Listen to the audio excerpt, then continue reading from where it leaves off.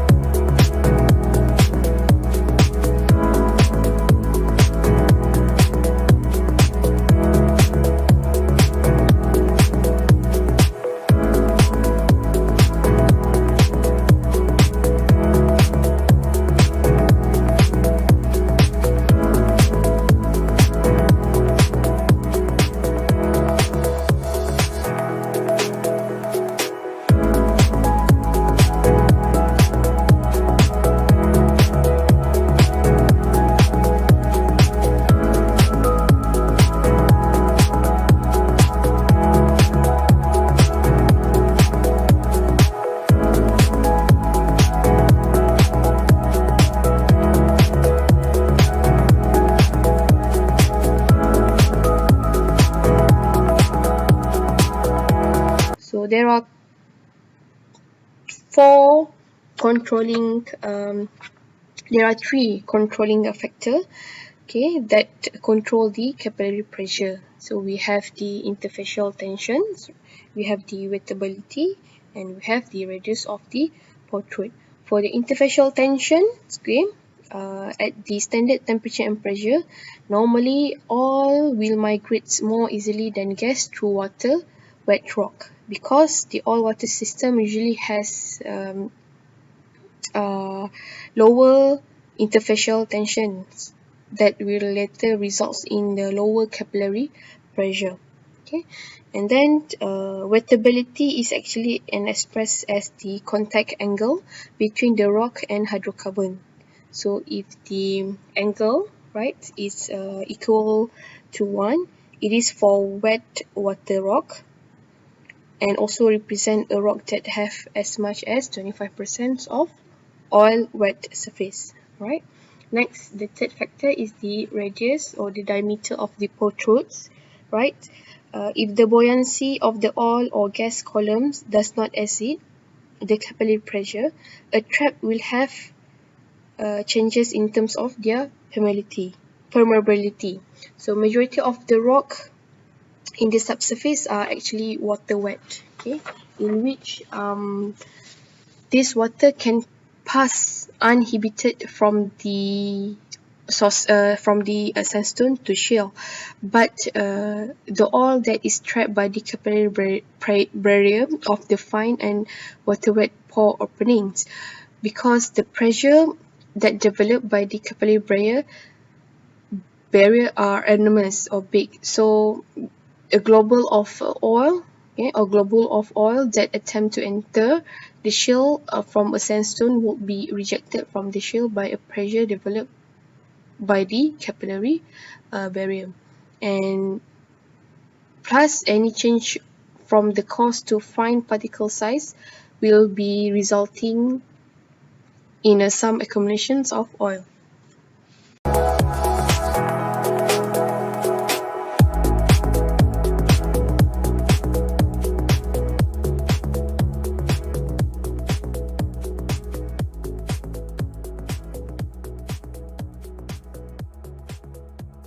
The buoyancy of the hydrocarbon. So buoyant forces here refers to the difference in density between the hydrocarbon phase and the water phase.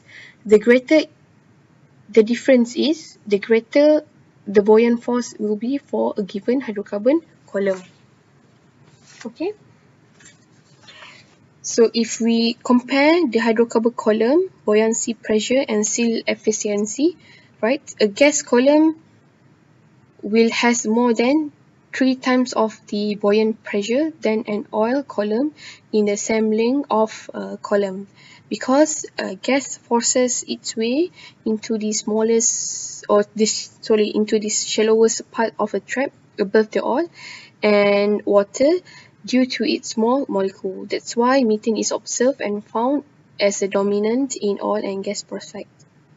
Plus, under average surface condition, gas has about twice the migration potential of oil, because its buoyancy more than overcomes the higher interfacial tension and gas water system that relative similar to oil water system. Alright.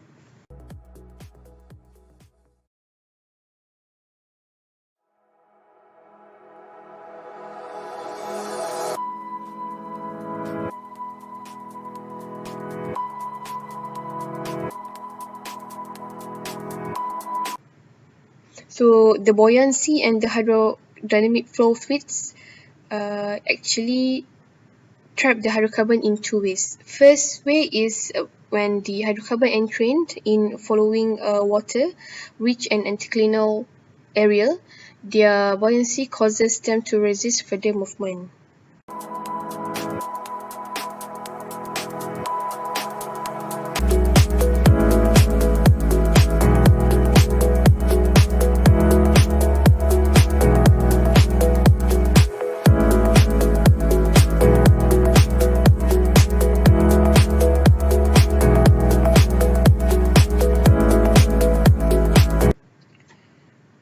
For the second way, you can see here the oil and gas migrate up deep by the buoyancy until buoyancy or capillary pressure has no longer exceed the displacement pressure.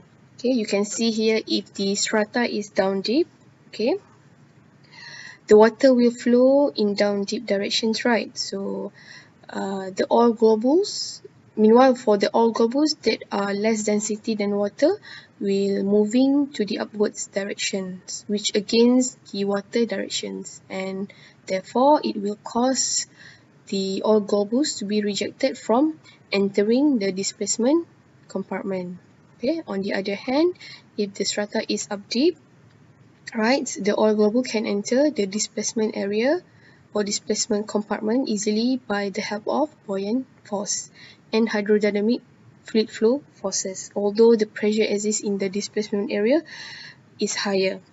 So that's why we need the both buoyant force and hydrodynamic flow fluid force to overcome and lead and let the oil globules to enter the new pores to the permeability pathway. Okay.